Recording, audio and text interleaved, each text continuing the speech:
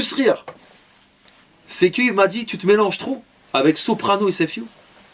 Et que quelques temps après, j'allume ma télé, je le vois en train de faire un clip avec Tony Parker.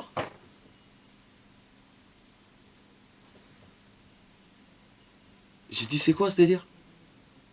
J'ai dit, on a du chemin entre le Crimpay et Tony Parker. Ensuite, quand je l'ai vu quitter son équipe 45 scientifiques, je me suis dit, il y a un problème. Un peu plus tard, j'ai su pourquoi il les avait quittés. Il les a quittés parce qu'il voulait passer sur Sky. Il voulait avoir des planètes rap. Aujourd'hui, tu le vois critiquer Planète Rap, sucer, faites des planètes rap. Quand je le vois critiquer Fred de Sky, alors que Fred de Sky était le premier à passer les sons de Booba sur Skyrock, je me dis que c'est vraiment un lâche et un moins que rien. Surtout qu'il connaît la route de Skyrock. Donc s'il a des choses à dire, qu'il aille les dire à Fred, au lieu de faire des t-shirts sur lui, des trucs de bouffon, des trucs de lâche. S'il a un problème avec Fred, qu'il aille lui dire. Après mes repères, les problèmes internes dont il parle, parce que moi j'avais aucun problème avec lui, ils ont commencé. Il a appelé, donc comme il a vu que je commençais à prendre du poids et que lui il était en déclin, ça lui a fait peur. Donc il a commencé à essayer, je dis bien essayer, de me boycotter rageux comme il est. Ça a commencé par qui? Ça a commencé par Street Fab.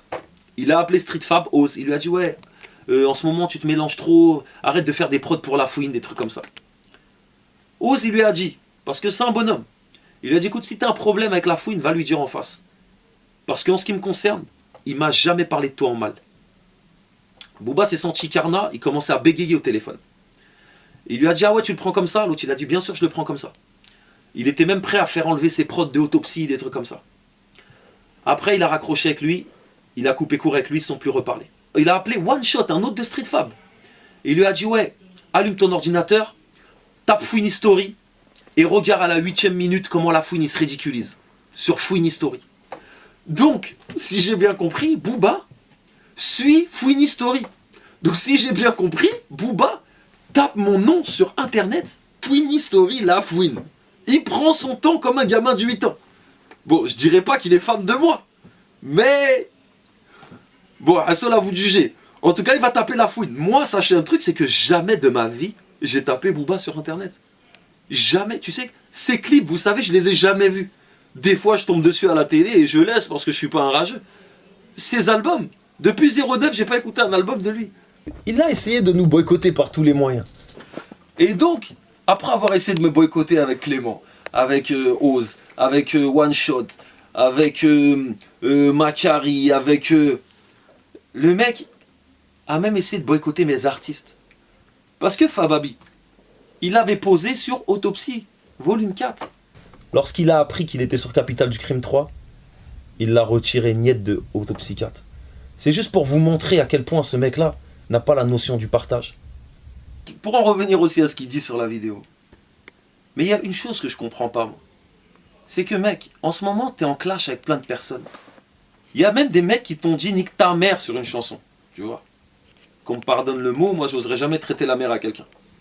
Mais il y a même des mecs qui te disent nique ta mère. Il y a des gens qui te clashent, qui citent ton nom. Mais le mec, il vient s'en prendre à Fouini. Donc je me suis demandé pourquoi. Mais quand tu vois, quand je mets une vidéo qui a fait des millions de vues en un week-end, il veut surfer sur ce buzz. Quand je vois que les gens t'insultent pendant 3 minutes et que toi, pour un pic que tu as pris pour toi et qui n'était même pas pour toi, tu me mentionnes dans tes vidéos officielles. Je me dis vraiment que tu es un bouffon. Pour finir, mec, il ne sera jamais le boss, Booba. Jamais. Quand j'ai rencontré Booba, pour moi, c'était un grand. 10 ans plus tard, je veux pas dire, mais j'ai l'impression que c'est comme mon petit. Il me suit sur Twitter, il me suit dans mes Fouine History, il me suit dans mes aventures. J'ai l'impression que c'est un petit. Et il n'a pas du tout un comportement de boss. Produis des artistes, monte un label, fais tes preuves sur le terrain surtout. Et surtout, mûris. Mûri parce que le mec a 35 ans quand même. 35 ans. Et ce que je tenais à dire aussi, c'est que moi, j'ai aucune haine envers Booba. Aucune jalousie. Moi et Booba, on habite dans le même immeuble à Miami. On se voit tout le temps. Et puis on se calcule pas. On se serre la main, bonjour, au revoir. Et moi, ce que je vous dis, ça vient du cœur. Quand on était en train de parler, moi et Booba à Miami, et qu'il me disait ses vérités à 2 francs, je me disais, moi, la seule chose à laquelle je pensais, je me disais, mais pourquoi est-ce que on se serre pas les coudes?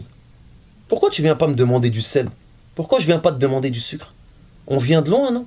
On a connu la misère, on a connu le terre-terre. Aujourd'hui, alhamdoulilah, on est à Miami, on a des valets de parking, on a des belles voitures. Et c'est pas fini. Tous les jours, j'entends des nouvelles choses sur ce mec-là. Il parle derrière moi, il parle derrière moi, il parle derrière moi. Et quand il me croise dans l'immeuble, il me serre la main comme si de rien n'était, tranquille.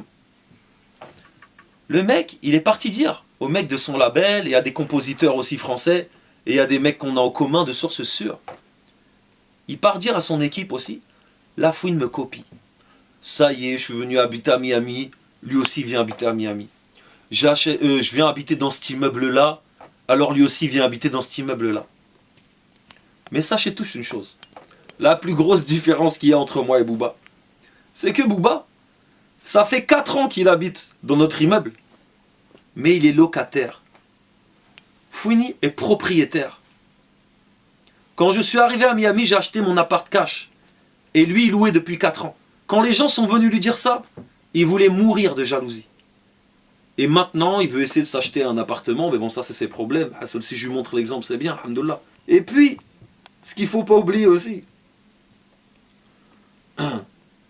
c'est que quand tu es un mec de la rue, quand tu rappes avec ton cœur, quand tu as connu les restos du cœur, quand tu as connu les allocations familiales, les APL, quand tu as connu les expulsions, quand tu as connu les huissiers, la première chose que tu fais quand tu gagnes de l'argent, tu sécurises un appartement.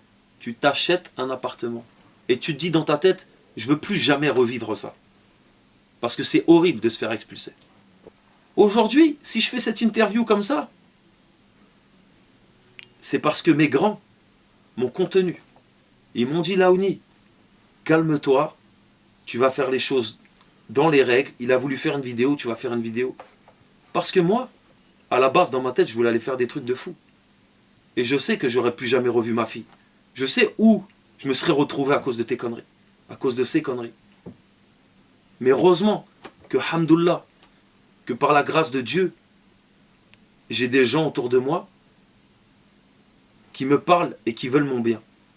Sinon, je te jure, je vous jure devant Dieu, moi, j'aurais pas laissé passer ça comme ça. J'ai aucune haine contre Booba, aucune jalousie. Je lui en ai jamais voulu, malgré qu'il parlait derrière moi. Aujourd'hui, la seule chose que je ressens, c'est de la déception envers ce mec. Une vraie déception. Faut pas oublier une chose, c'est qu'à l'époque, sur le clip Reste en chien, quand t'allais te faire froisser, c'est mes gars qui ont bougé pour toi. Toumani, Pet Show, on a bougé pour toi. On s'est froissé pour toi. À l'époque, quand il avait des clashs avec Core, moi je prenais ses patins médiatiquement. Je prenais ses patins. Booba, c'est quelqu'un que j'ai toujours apprécié. Malgré toutes ces histoires, toutes ces bouffonneries, c'est quelqu'un, j'ai pris ses patins. Quand j'ai pris ses patins médiatiquement, les grands de mon quartier, et les grands des grands de mon quartier m'ont dit, Laouni, arrête de prendre les patins ce mec-là. Et je leur ai dit, non les gars, c'est un bon, il n'y a pas de problème. Ils m'ont dit, arrête. Et c'est seulement aujourd'hui que je me rends compte, écoute toujours les conseils de tes grands.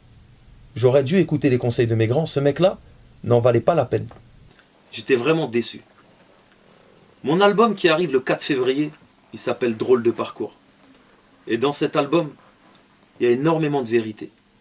Drôle de parcours, c'est l'histoire de mon parcours. Chaque chanson a un message bien particulier, un message bien précis.